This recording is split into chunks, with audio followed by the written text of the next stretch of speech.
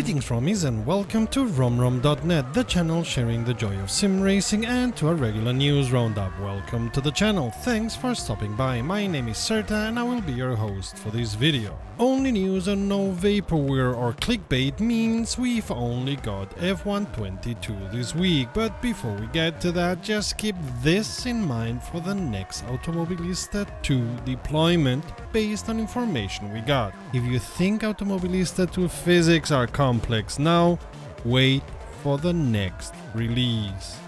Oh boy, you ain't seen nothing yet. As always, a big thank you to our patrons.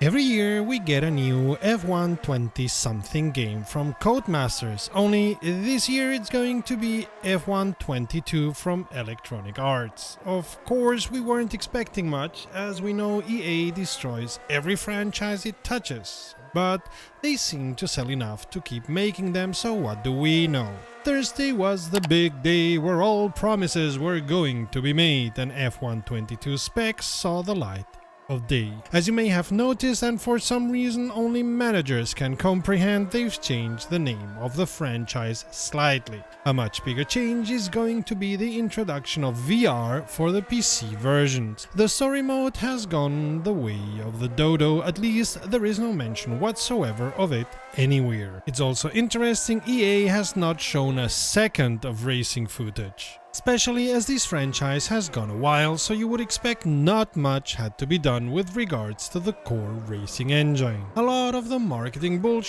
around this game seems to be centered about the immensely boring new Miami track. Yeah, almost as boring as the Las Vegas one. Following the blink, we find such nuggets as a difference between immersive and broadcast style formation laps, safety cars and pit stops, by which we suppose they mean you can choose to see repetitive 3D animations or stay put in the cockpit. But truth to be told, even after my third reading of all information made available by EA, I could not make heads nor tails of what the difference is supposed to be. Can you? Also, and as many of us feared, you can get a taste of the glitz and glamour of Formula 1 registered in F1 registered life, where you will be able to unlock and we suppose micropay for supercars, clothing, accessories and more. It seems you will be able to drive supercars on track, because that's what you want to do in a game centered around Formula 1.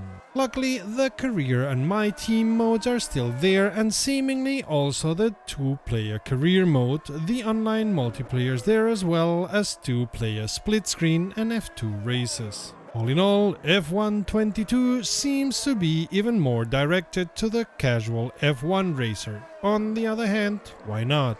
Some of them will get hooked on racing and some of them will move on to sim racing, and hey, anybody who loves the race is already on a great path to life-changing joy. Am I right? If you pre-order now, you'll get a bunch of Miami-themed stuff, but we're surprised there is no rebate code for a Septum operation. That would be Miami-themed too. And yes, there will be other special content offers primed to take your money for extras you don't need. That was already the case with Codemasters, and it'll become more intensive with EA. F1 will be available on July 1st, or even 3 whole days sooner if you pre-order some special pack for PC and consoles, including next-gen consoles. On Steam, the standard asking price will be €60 USD, which is a lot for that little. July 1st is Silverstone and not Spa. Another small thing they've changed. Me, I'll drive the F1, don't call them F1 cars in Automobilista 2, in VR, whenever I like, wherever I like, without any micro-payment of bling bling. If and when F1 22 is available for €10, I may think about it. And you don't need to think about watching more of our content, right? Go check the playlist to the left or the video to the right. Until next time, save fuel, collect pickup, and we'll see each other on the podium.